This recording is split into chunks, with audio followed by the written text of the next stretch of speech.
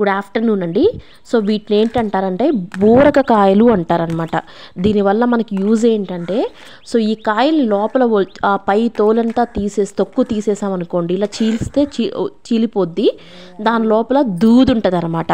So దాన్ని separate చేసుకొని అంతా కూడా గ్యాదర్ చేసుకొని మనము పరుపులు కుట్టించుకోవచ్చండి. సో విలేజెస్లో ఏంటంటే ఇది వరకు మ్యాట్రసెస్ అవి ఉండేది కాదు కదండి. ఇప్పుడంటే కొత్త అన్నీ కూడా ఇంట్రడ్యూస్ చేస్తున్నారు మార్కెట్లో. ఇప్పటికీ కూడా ఏంటంటే కొన్ని విలేజెస్లో చేస్తారు, ఇలా బూరకాయలన్నీ కూడా తీసుకొని చూడండి అలా మొత్తం కూడా సపరేట్ చేసామనుకోండి, మనకంతా కూడా దూదిలా తయారవుతుంది అనమాట. చాలా స్మూత్గా ఉంటుందన్నమాట. ఇది న్యాచురల్గా దొరికే పంట అనమాట.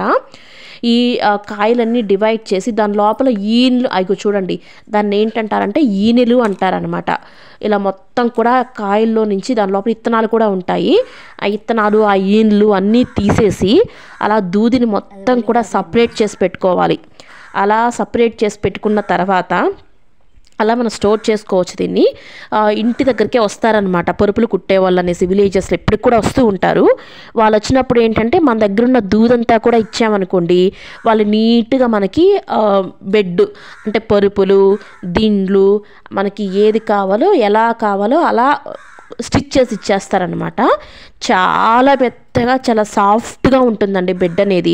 సో ఇప్పుడు మనం ఏంటంటే మార్కెట్లో చాలా రకాల బెడ్స్ అనేది ఇంట్రడ్యూస్ చేస్తున్నారు, కానీ వాటన్నిటి మీద పడుకునే దానికన్నా కూడా ఈ బెడ్ల మీద పడుకున్నాం అనుకోండి, మనకి ఎటువంటి బాడీ పెయిన్స్ కానీ సో ఇంకేమీ కూడా ఉండవండి.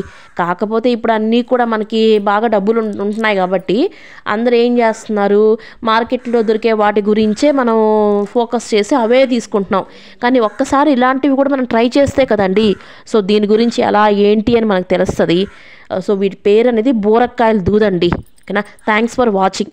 ప్లీజ్ సబ్స్క్రైబ్ మై ఛానల్ అండి. Thank you.